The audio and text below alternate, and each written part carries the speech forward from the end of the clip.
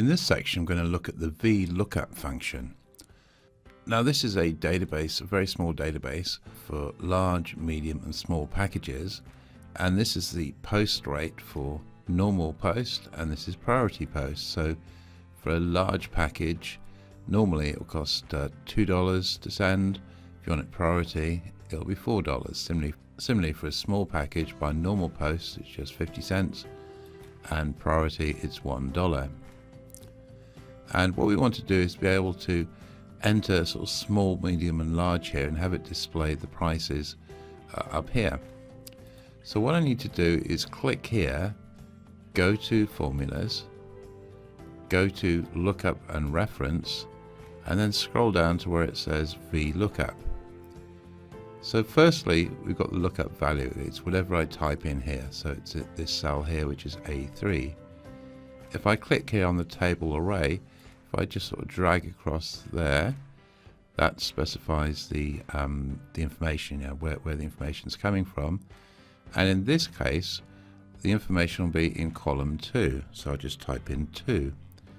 And if I click on OK, now if I type in, well, at the moment I've typed in small and the price is 50 cents. So small 50 cents, that's right. Let's type in large here. And of course that changes to $2.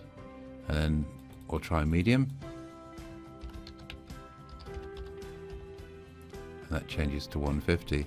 So similarly, if I want to specify the details for priority post, I would go to formulas, click on lookup and reference, go down to Vlookup, and again I'll click here to specify the lookup value, which is going to be here, so we can type in whatever we want.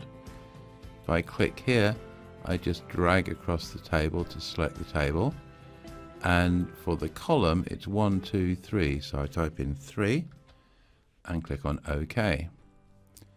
So for a small package, let's check see this is right. For a small package, normal post should be 50 cents, which is right. A priority post package, small, is 1. Let's change this to large, just see if it works. Right, a large normal post package is $2, which is right. A large priority post package is $4. And if I just click within here, you can see the syntax there. So we're using the Vlookup formula. Then we specify the input cell here, specify the range where the information is coming from, and specify the column. So that's how you use Vlookup.